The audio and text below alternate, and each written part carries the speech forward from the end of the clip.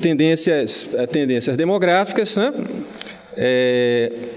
Entretanto, se nós olharmos a LDO de 2017, nós vamos ver que a despesa cresce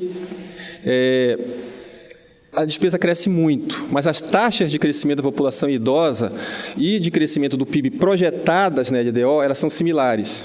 Então, como é que as taxas de crescimento são similares e a proporção de despesas em relação ao PIB explode?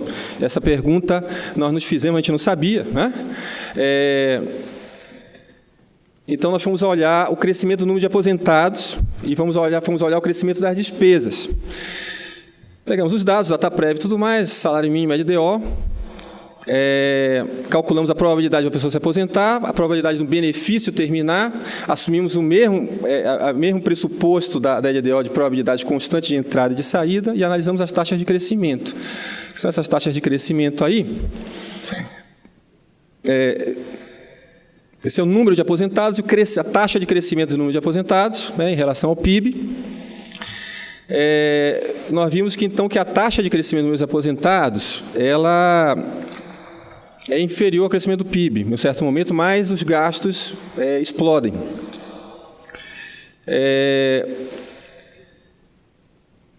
E aí nós fomos ver na LDO desse ano que a taxa de crescimento do salário a partir de um ano, acho que é 2020, ela não segue a regra, ela está muito acima da inflação e ela não segue a regra, pelo menos é que está publicada lá, né? Mas conseguimos reproduzir isso. Ela não segue a regra do IPCA do ano passado, do PIB de 2 anos atrás. O PIB tem menos 2. Tá? Com o resultado da LDO nos dá uma necessidade de financiamento de 8,9, né? Porque é muito similar aos dados que ele apresentou aqui de manhã, que você apresentou de manhã, né? A projeção de 8,9% dos dados da LDO.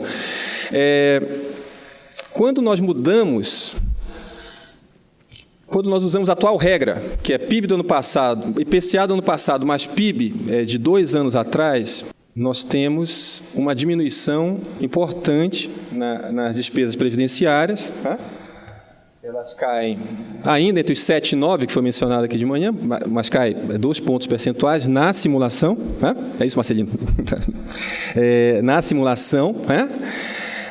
E quando nós mudamos ainda essa regra, que é uma regra, né, acima da produtividade per capita, acima da inflação, nós temos uma estabilidade das despesas em relação ao PIB, né, ao redor de 5%. Tá? A tabela da LDO é essa aqui, vocês podem baixar no celular de vocês, né, abrir no celular o anexo 4 da LDO. Vocês podem ver, o reajuste é sempre 6%. Tá? Mas o PIB do ano anterior é 1,50 e a inflação é 13,50. Tá? Então, nós temos algum descuido, né? Na realidade, nós tivemos um aumento expressivo das despesas acima da taxa de crescimento, de decrescimento, no caso, das aposentadorias no futuro. Então, obviamente, questões fiscais de curto prazo, de médio prazo, sempre têm que ser tratadas, tá? Mas nós temos eu gostaria de chamar a atenção para essas características estatísticas, né, do médio para o longo prazo, que demonstram um sistema que não tem todas as suas características como explosivas. Ele tem alguns equilíbrios de longo prazo, né, que nós achamos que nossos cálculos estão corretos, queríamos até ouvir dos especialistas né, queríamos contribuir com esse debate. Né? Temos estabilização, uma estabilização ao reajustar o salário pelo INPC, né? Ao dar a inflação a cada ano, nós temos essa estabilidade, que também não é um resultado novo, já foi falado muitas vezes, né? Porque o salário, a gente fala muito da demografia, mas falamos muito da quantidade, mas falamos um pouco do preço também. Né? Falamos de alterações nas quantidades e falar de alterações nos preços. Então, é um sistema muito sensível, né, a essas alterações de parâmetros de preço, também como, obviamente, todo sistema econômico. Tá? Bem, então, qual é o meu ponto aqui qual é o meu ponto na apresentação? É que há um considerável baixo grau de transparência na maneira como nós projetamos o resultado previdenciário. Isso não é necessariamente algo favorável a quem é contra a reforma, contra a reforma. Eu vou dar transparência, né? Um debate para nós sabermos tomarmos conta do nosso futuro. O debate de previdência não pode ser um debate de especialistas. O debate de previdência não pode ser um debate daqueles que dizem que já estão cansados de repetir a mesma coisa, porque provavelmente não vão ser os principais afetados pela reforma, né?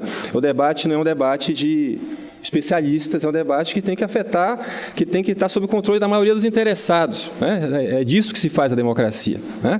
Não pode ser um debate de pessoas como eu, né? Tecnocratas e sabichões. Há um grave viés, né? Esse problema não é um problema encontrado apenas no Brasil, em vários sistemas previdenciários mundiais, né? Há um chamado por maior controle das burocracias estatais, né, que projetam essas coisas, é fundamental, para que nós possamos saber o que é que está acontecendo, né? O que é que está acontecendo. Tem que ter um processo de autoavaliação pública, tem que ter conselhos que controlem isso, né? Eu não sei em que instância seria melhor, tem que ter participação da sociedade civil no controle desses resultados. A LDO tem que ser reformulada, seu anexo 4. Ao dizer isso, eu estou dizendo que o trabalho dos servidores da Previdência é um trabalho heróico, porque fazem, muitas vezes, em condições premidos pelo tempo, né? Obviamente, o interesse sobre esses dados é agora, que nós estamos à véspera, mas em grande parte do tempo, as pessoas não estão muito interessadas em relação a isso, né? Então, muitas vezes, em governos, os próprios técnicos que são responsáveis pelas projeções não encontram voz em escalões mais altos para poder garantir o recurso para isso. Enfim, é um negócio complexo, eu não estou tentando encontrar culpados, estou tentando fazer um diagnóstico para a gente melhorar as maneiras como fazemos as coisas nesse país, de maneira alguma, estou fulanizando o processo. O Manuel sabe muito bem disso, quando nós fazemos concessões de estradas, tem um cálculo da taxa interna de retorno, uma normativa da finada Secretaria de Acompanhamento Econômico. É uma normativa do Ministério da Fazenda, né? Tem uma normativa que explica como é que foi calculada a taxa interna de retorno. Há diversas normativas do governo, onde você pode replicar resultados, mas não há nenhuma normativa, um conjunto de normativas que permita que vocês em casa possam replicar no Excel lá como é que se calcula isso. Então, é necessário que nós façamos isso para que nós possamos ter nossos games de simulação de equilíbrios ótimos, né, da Previdência. Então, é fundamental isso. Obviamente, seria um delírio tecnocrático eu achar que isso resolveria o problema, que o nosso problema não é só esse, né? Por trás do debate sobre a reforma da Previdência tem uma visão de mundo, tem uma visão de sociedade, tem uma visão do que é que o Estado tem que fazer, tem visões econômicas sobre qual papel, se há um deslocamento de investimento por excesso de gastos na Previdência. Tem um debate que não é só apenas sobre equilíbrio de receitas e despesas previdenciárias, é um debate sobre visão de mundo, né?